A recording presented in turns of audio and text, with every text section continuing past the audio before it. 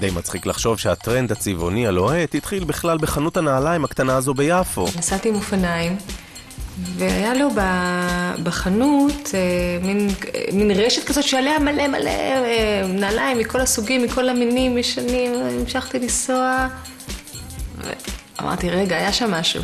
אז עשיתי רוורס אחורה עם האופניים. אני יוצרת אצל הזקן, לוקחת הולכת לרשת הזו, מורידה את זה. לקחתי, קניתי, זה עלה לי 20 שקל. שלומית סלבין, עד לא מזמן אשת פרסום מתוחכמת, שקועה עכשיו עמוק בכפכפי הפלסטיק הפשוטים האלה. מה שהוצב ב-1960 הפך למחווה לעוזרות הבית הנואשות באמת. מה התגובות שאת מקבלת על זה?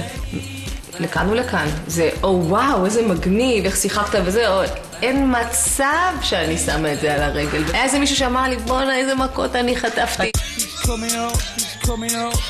בהמשך להתקלות ביפו הגיע לפס הייצור המקורי בקיבוץ דפנה, שם לא הבינו מה רוצה התל אביבית שנחתה עליהם, חיפשו וגילו שהתבניות לכפכף עבדו. אחרי שבוע הם מתקשרים, אומרים לי, את לא מאמינה, מצא לו את התבניות.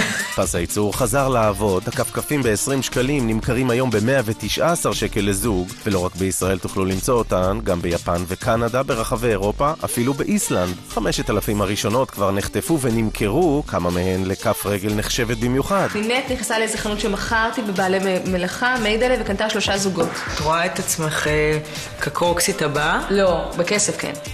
בכסף, לא בסטייל. די נו, בהצלחות, תודה.